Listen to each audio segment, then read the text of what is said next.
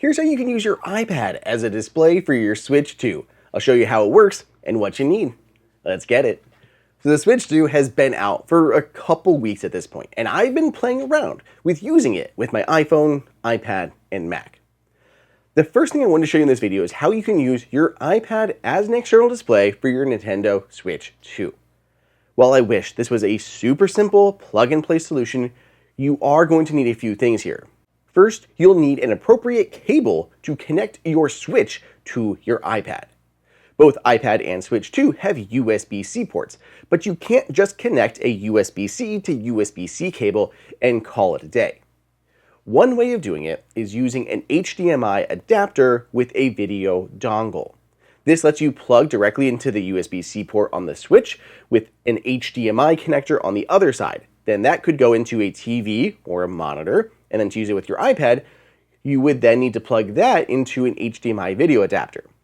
If you don't want to buy two separate things, the other option, which is what I'm going to demo here behind me, is using a regular HDMI cable with the video adapter. A little simpler. So here I slip my Switch 2 into its dock, then I connect an HDMI cable to the USB-C video adapter, and then plug it into the side of my iPad Pro.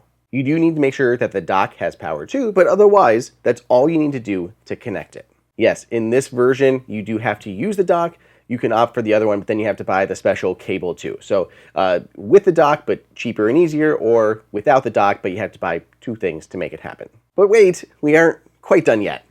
The iPad won't just accept a video feed. You need a compatible app to read and interpret that video feed. Personally, I use an app called Orion. It works great. It's free, and there is a paid version, but it just has extra features like adjusting the video and even 4K upscaling for inputs that need it. Just super useful. Once I've opened the app with the Switch connected, boom, I've got a 4K video streamed directly from the console. With a 13-inch screen, it's perfect for playing games just by myself on something better, or playing Mario Kart with friends. I feel like the options are split on Mario Kart World, by the way. Let me know what you think of it so far down below in the comments, good or bad. Especially on the go, I love this because you don't need much more than the Switch, the iPad, and the appropriate cable. The Switch has a good screen, but the iPad Air or iPad Pro are even better, and they're bigger, especially if you're doing something like split screen. It's harder on that tiny display. Fun fact, this even works on iPhone too, though I'm not sure why you'd want to use your iPad as an external display for your Switch. Anyway, while there is good video compatibility here, controllers not so much. I was hopeful that the Switch 2 controllers could be paired with iPhone, iPad, Mac, and Apple TV like the other major console controllers. But no.